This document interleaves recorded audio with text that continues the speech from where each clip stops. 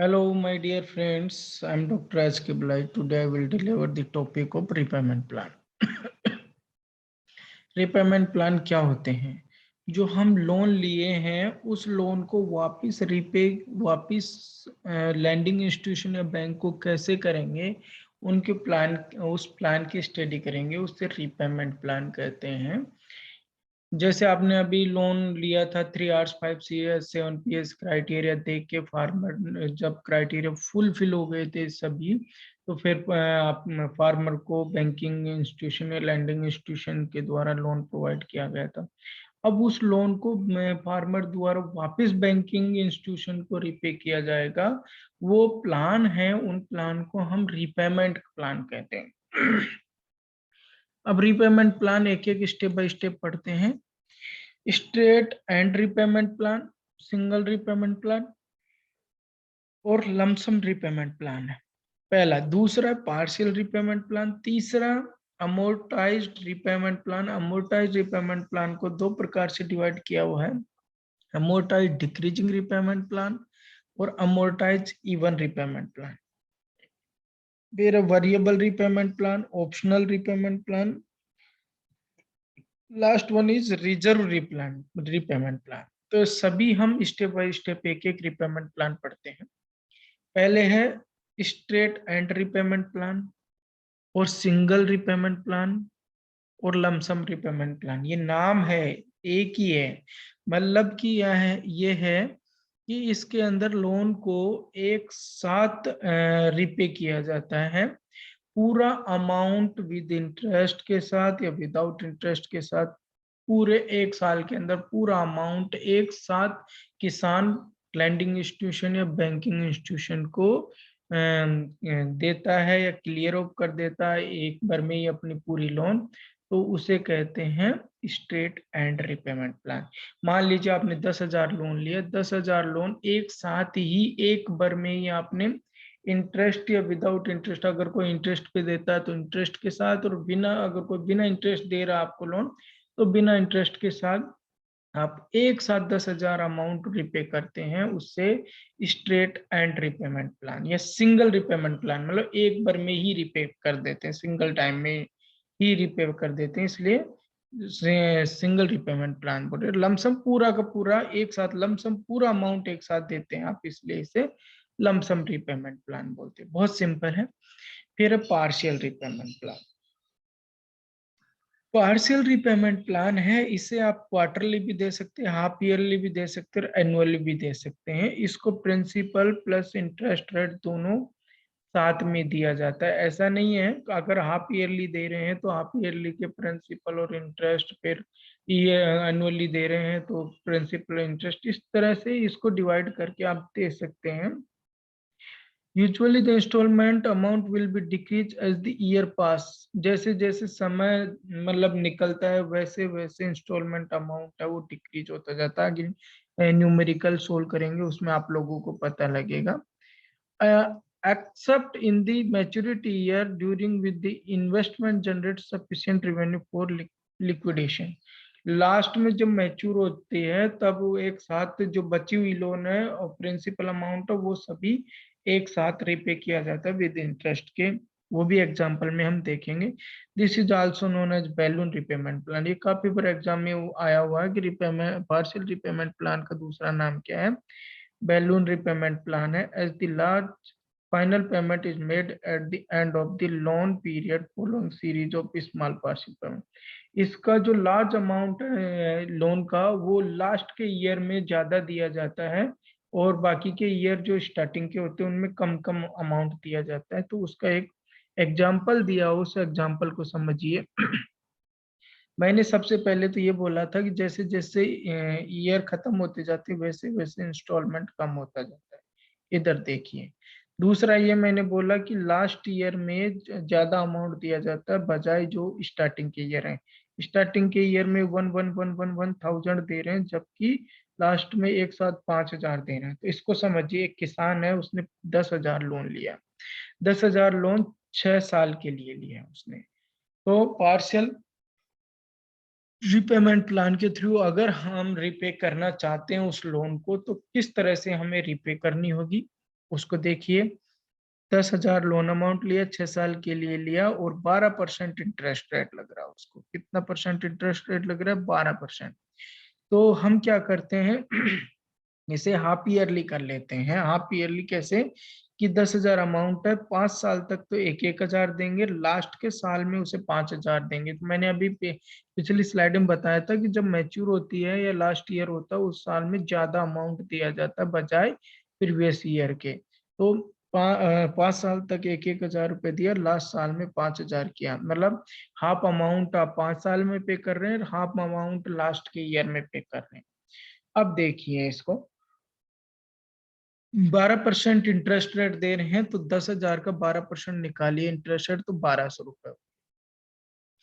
और इन दोनों को जोड़ दीजिएगा, 1,000 तो प्रिंसिपल अमाउंट और 1,200 रुपए आपके इंटरेस्ट, इन दोनों को जोड़ दिया वो इंस्टॉलमेंट पर। ये इधर दिया हुआ, 1 नंबर पे प्रिंसिपल है, 2 नंबर पे इंटरेस्ट है, 1 और 2 को दोनों को जोड़ दिया तो वो इंस्टॉलमेंट बन जाती है। वैसे फिर आपके 10,000 में मतलब हम इस कॉलम को माइनस कर देते हैं एक वाले को, तो हमारा क्या बच जाता है? वो बैलेंस बच जाता है कॉलम एक को।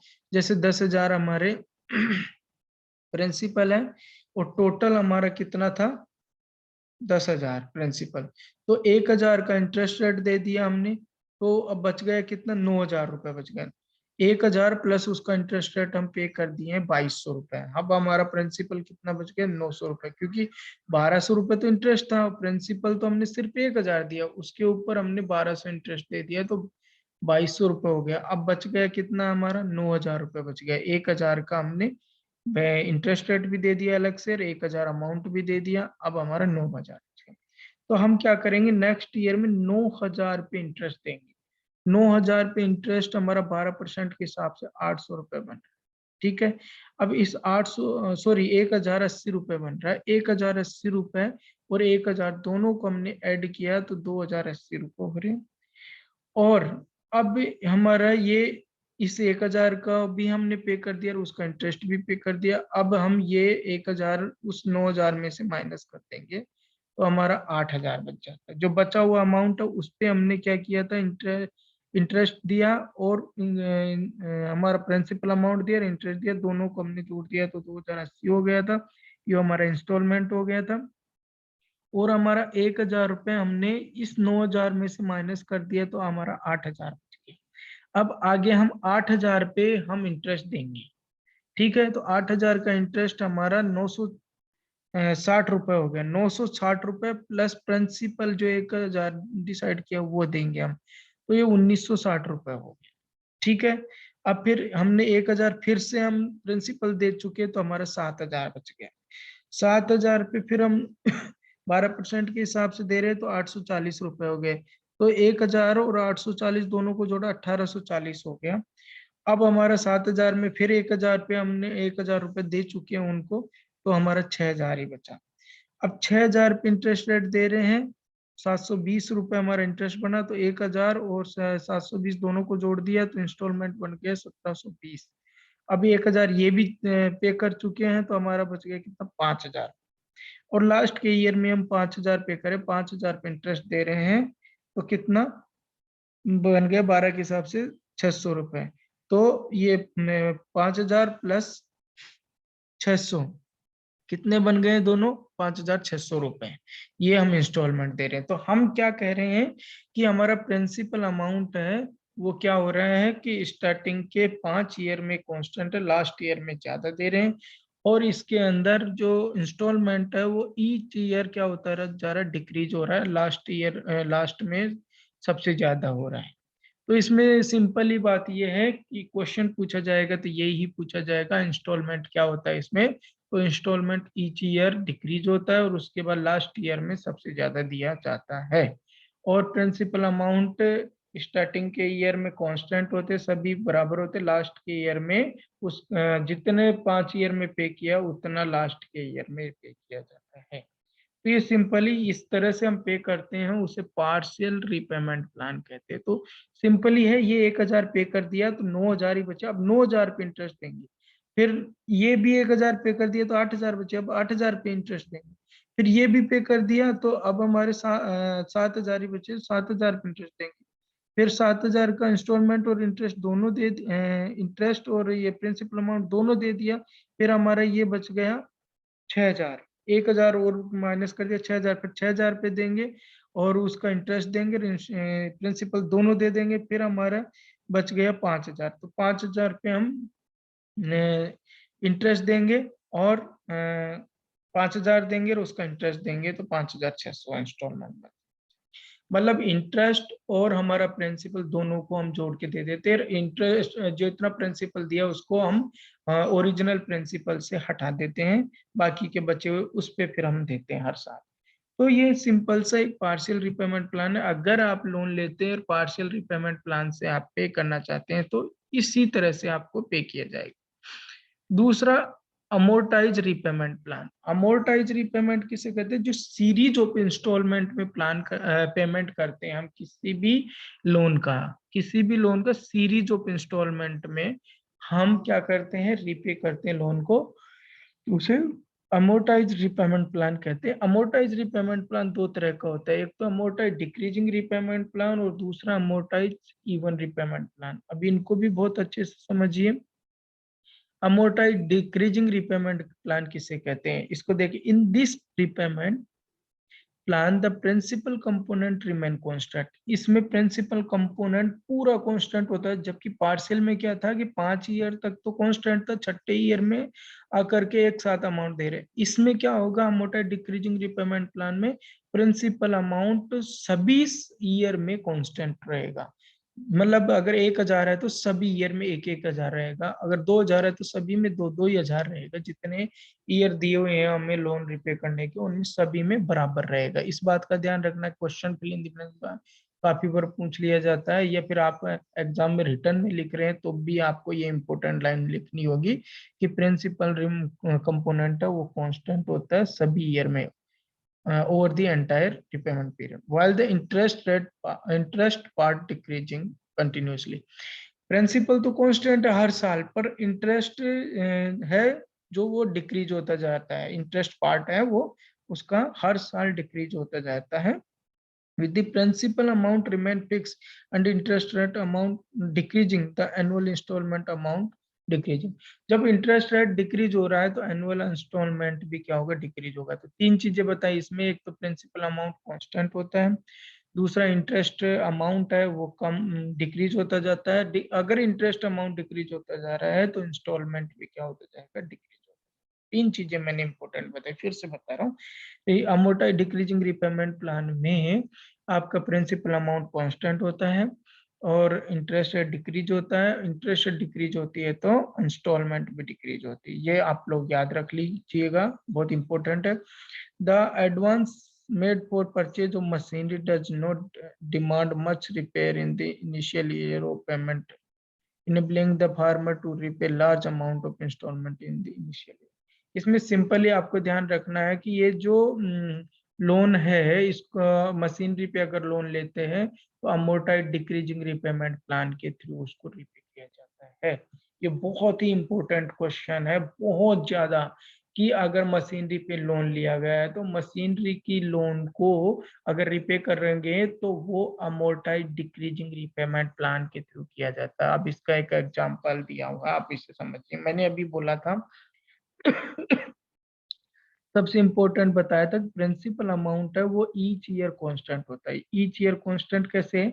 आपको वही पहले वाले जैसे जैसे अपन पार्शियल में पढ़े थे, 12% इंटरेस्ट रेट है, 10,000 अमाउंट लिया, 6 साल में आपको पे करना है। तो इसको क्या किया हमने, 10,000 में 6 को डिवाइड कर दिया, तो ईच ईयर 1,666.67 रुपीज, मतलब इतने हर साल आपको पे करना पड़ेगा। तो 10,000 में 6 को डिवाइड कर दीजिए, बराबर बराबर अमाउंट आ गया सबका। तो इसलिए प्रिंसिपल अमाउंट इसमें कांस्टेंट होता है और ये मशीनरी के लिए दिया जाता है। अब दूसरी बात, इसमें इंटरेस्ट रेट मैंने बताया था कि हर साल घटता है। अब घट कैसे रहा है ये देखिएगा। आपका प्रिंसिपल अमाउंट टोटल 10,000, 10,000 पे इंटरेस्ट देंगे आप, 10,000 पे इंटरेस्ट दिया तो 1,200 रुपए हो गया। अब क्या करेंगे, प्रिंसिपल प्लस इंटरेस्ट दोनों को जोड़ देंगे तो इंस्टॉलमेंट आ जाएगा। जब मैंने कहा कि इंटरेस्ट रेट हर साल घटता जा रहा है, प्रिंसिपल में इंटरेस्ट जोड़ते जाएंगे तो ये इंस्टॉलमेंट भी हर साल घटते जाएगा। अब जोड़िए देखिए, 1666 प्लस 1200 रुपए इंटरेस्ट क्या है, तो 2866.67 रुपीज। क्लियर, यहाँ तक किसी को कोई डाउट नहीं होना चाहिए। अब देखिए हम क्या करते हैं, अब हमने 1666 प्रिंसिपल अमाउंट तो पे कर ही दिया है, तो 10,000 में से 1666 निकालेंगे तो हमारा बच जाएगा 8,333.33। अब इसके ऊपर इंटरेस्ट रेट दिया जाएगा, क्योंकि हमने 1666 का इंटरेस्ट मतलब 10,000 पे जो इंटरेस्ट बना वो और प्रिंसिपल दे ही दिया है, तो हमारा अब इस प्रिंसिपल को हटा देंगे। अब बच गया हमारा 8,333.33 रुपए बच गया। अब इस पे इंटरेस्ट देंगे हम, तो 10,000 में से 1666 निकाल दिया तो वही बच गया 8,333.33। उस पे 12% इंटरेस्ट दिया तो 999.90 के आसपास हो गए हैं। और ये 999.90 प्लस 1666.67 ये दोनों जोड़ के हमने इंस्टॉलमेंट के रूप में वो अमाउंट दे दिया। तो देखिए घट रहा है कि नहीं घट रहा, ये 2866.67 था, अब आगे 2666.67 हो गया, फिर 2466.67, 2266.67, 2666.67, 2066.67, 1866.67। तो हर साल क्या होता जा रहा है, घटता जा रहा है कि नहीं घटता जा रहा है। ये मैंने बताया था प्रिंसिपल कांस्टेंट है, इंटरेस्ट घट रहा है, इसके कारण आपका इंस्टॉलमेंट भी हर साल घट रहा है। तो इसी तरह कैलकुलेट कर लीजिएगा। फिर आपका इधर आपने क्या किया, सेकंड ईयर में 10,000 में से ये निकाल दिया आपने, जो दे दिया प्रिंसिपल अमाउंट उसको निकाल दिया, फिर उसको 12 से मल्टीप्लाई करके 100 से डिवाइड किया, 999 क्योंकि 12% है। फिर हमारा 999 और प्लस 1666 जोड़ा तो 2666 आ गया। ये हमने पे कर दिया उसको इंस्टॉलमेंट के रूप में बैंकिंग इंस्टीट्यूशन को। अब हम क्या करेंगे कि 8,333 में ये वाला 666 हमने जो पे कर दिया वो माइनस कर देंगे, तो 6,666.67 बच गया। अब 6,666.67 पे हम क्या करेंगे, 8,333.33 में 1,666.67 माइनस कर दो, तो 6,666.33 बच गया। इस पे हम फिर हम वही 12% इंटरेस्ट निकालेंगे, तो हमारा लगभग 7,999.99 आया। ये प्लस ये प्रिंसिपल अमाउंट जोड़ देंगे तो ये 2,466.67 होगा। इस तरह से हम हर साल करते रहेंगे इसे, अमोर्टाइज डिक्रीजिंग रिपेमेंट प्लान। बहुत सिंपल है कि प्रिंसिपल अमाउंट कांस्टेंट होता है, इंटरेस्ट हर ईयर घटता जाता है, जिसके कारण इंस्टॉलमेंट भी हर ईयर घटता जा रहा है, और ये मशीनरी के लिए, मशीनरी पे जो लोन लिया उसको रिपे करने के लिए यूज किया जाए। अब देखिए इसका ग्राफ, मैंने बोला कि principal amount each year constant है, तो ये प्रिंसिपल अमाउंट कांस्टेंट है। इंटरेस्ट रेट क्या होता है, हर साल घटता जाता है, यहाँ पहले ज्यादा था फिर धीरे धीरे धीरे धीरे घटता गया, और इंटरेस्ट और प्रिंसिपल दोनों को जोड़ दिया जाता है तो वो इंस्टॉलमेंट बन जाता है। क्या बन जाता है, इंस्टॉलमेंट। तो ये एक ग्राफ है इसका अमोर्टाइज डिक्रीजिंग रिपेमेंट प्लान का। फिर है अमोर्टाइज इवन रिपेमेंट प्लान। अब ये थोड़ा सा इसमें अलग है। This is called equated annual instalment method. The annual installment over the entire long period remains same in the this method। अब इसमें देखिए इंस्टॉलमेंट है वो सेम रहता है, मतलब कांस्टेंट रहता है इंस्टॉलमेंट, जबकि अमोर्टाइज डिक्रीजिंग रिपेमेंट प्लान में प्रिंसिपल कांस्टेंट था। अमोर्टाइज इवन रिपेमेंट प्लान में इंस्टॉलमेंट कांस्टेंट है। The principal portion of instalment increasing continuously, the interest part declining. जो प्रिंसिपल पोर्शन है वो इंक्रीजिंग होगा और इंटरेस्ट क्या होगा, डिक्रीजिंग होगा। और ये मेथड लॉन्ग टर्म असेट्स के लिए, जो लॉन्ग टर्म लोन लेते हैं उसके लिए होता है, जैसे कि फार्म डेवलपमेंट के लिए लोन लिया आपने, डिगिंग ऑफ वेल, कुएं को खुदाई के लिए, कंस्ट्रक्शन ऑफ गोडाउन बनाने के लिए, वेयर हाउस बनाने के लिए, डेयरी पोल्ट्री इनको बनाने के लिए, ये जो लोन लेते हैं उनको रिपे करने के लिए अमोर्टाइज इवन रिपेमेंट प्लान लिया जाता है। अब इसको समझिए आगे। इसमें सबसे पहले एनुअल इंस्टॉलमेंट निकालने का एक फॉर्मूला दिया हुआ है। एनुअल इंस्टॉलमेंट निकालने का formula I equal to B i 1 divided by 1 minus bracket 1 plus I power n. अब इससे आप निकालेंगे आई का मतलब एनुअल इंस्टॉलमेंट है, बी का मतलब प्रिंसिपल अमाउंट जो उधार लिया हुआ है, एन का मतलब पीरियड्स हैं, ईयर है, और आई का मतलब एनुअल इंटरेस्ट है। इसको हम कैलकुलेट करेंगे। आपको यहाँ पे दिया हुआ है कि प्रिंसिपल अमाउंट लगभग 10,000 रुपये आपको दिया हुआ है कि प्रिंसिपल 10,000 है, इंटरेस्ट रेट वही 12% है। तो सबसे पहले आपको ये निकालना पड़ेगा कि आप ये जो एनुअल इंस्टॉलमेंट है वो कैसे देंगे E1 में।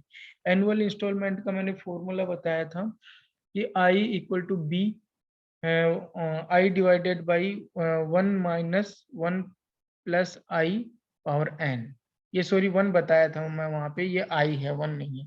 तो हमारा जो प्रिंसिपल है वो 10,000 है, इंटरेस्ट रेट 12% है, 1 माइनस 1 प्लस 12 हमारा इंटरेस्ट है, तो 12/100 किया तो 0.12 आ गया, और पावर 6 क्योंकि 6 साल के लिए लिया जा रहा है। तो ये इसका सभी का आंसर आया 0.2432225। तो इसको हम मल्टीप्लाई किया 10,000 से, तो ये 2432.25 आ गया हमारा इंस्टॉलमेंट। ये ईच ईयर इंस्टॉलमेंट 2432.25 दिया जाएगा।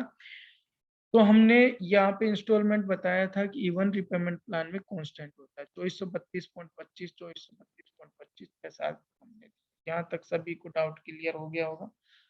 फिर मैंने बताया था कि इंटरेस्ट है वो हर साल क्या होता जा रहा, घटता जाता है, ये बताया था वहां पे, और प्रिंसिपल अमाउंट हर साल बढ़ता जाता है, ये भी बताया था। अब कैसे घट रहा है, ये कैसे, तो कांस्टेंट हुआ ये बता दिया मैंने। इंटरेस्ट रेट कैसे हर साल घटता जा रहा है ये बता दूंगा अभी, और प्रिंसिपल अमाउंट कैसे बढ़ता जा रहा है ये भी बताते हैं। देखिए 10,000 आपका लोन है, 12% इंटरेस्ट रेट हुआ तो 1,200 रुपये हो गया। तो इसमें हम क्या करेंगे, इंस्टॉलमेंट प्लस आपका जो इंटरेस्ट है वो दोनों जोड़ दिया, तो लगभग हमारा सॉरी सॉरी सॉरी इंस्टॉलमेंट में आप अपना इंटरेस्ट माइनस कर दीजिए। इंस्टॉलमेंट है 2432.25 और इंटरेस्ट है आपके 1,200, ये माइनस कर दिया तो 1,232.25 बच गया। ये आपका प्रिंसिपल अमाउंट हो गया।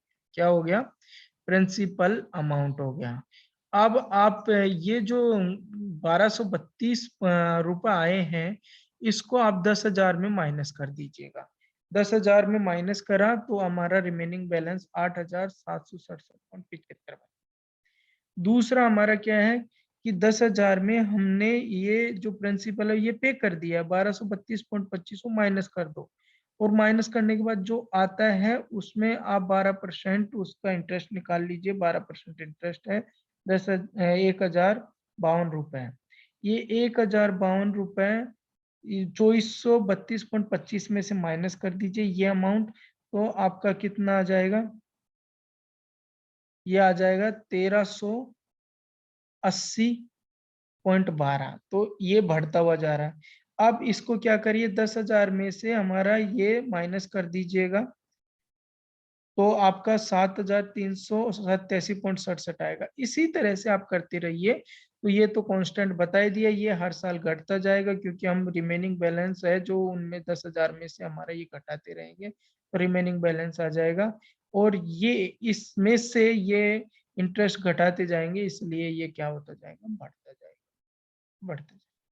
तो हर साल ये क्या हो रहा है, इंस्टॉलमेंट कांस्टेंट है, इंटरेस्ट रेट हर साल घटता जा रहा है, प्रिंसिपल अमाउंट हर साल बढ़ता जा रहा है।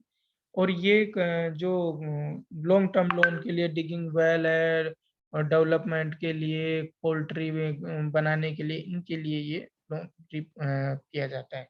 अब इसमें एक हम चार्ट इसके थ्रू समझते हैं, ग्राफ के थ्रू, कि इसमें जो प्रिंसिपल अमाउंट है वो हर साल क्या होता जा रहा है, हर साल प्रिंसिपल अमाउंट क्या हो रहा था हमारा, बढ़ रहा था। इंटरेस्ट क्या हो रहा है, घट रहा है। इंस्टॉलमेंट क्या हो रहा है, कांस्टेंट हो रहा है। तो इंटरेस्ट हर साल क्या होता जा रहा है हमारा, घटता जा रहा है। पहले इंटरेस्ट यहाँ से देखिए इतना ज्यादा था, फिर अब इतना सा ही रह गया, फिर इतना सा इंटरेस्ट रह गया, फिर इतना सा इंटरेस्ट, फिर बहुत कम और इंटरेस्ट बहुत कम हो गया लास्ट में। और प्रिंसिपल अमाउंट है पहले इतना सा था यहाँ से लेके यहाँ तक, और फिर धीरे धीरे धीरे धीरे धीरे प्रिंसिपल अमाउंट बढ़ता गया। देखिए इनकी डिस्टेंस यहाँ से देखिए कम थी, फिर यहाँ की डिस्टेंस ज्यादा होगी, फिर यहाँ की डिस्टेंस ज्यादा होगी, यहाँ की बहुत ज्यादा होगी। तो प्रिंसिपल अमाउंट हर साल बढ़ता जा रहा है, इंटरेस्ट रेट हर साल घटता जा रहा है, कांस्टेंट है हमारा इंस्टॉलमेंट। क्लियर?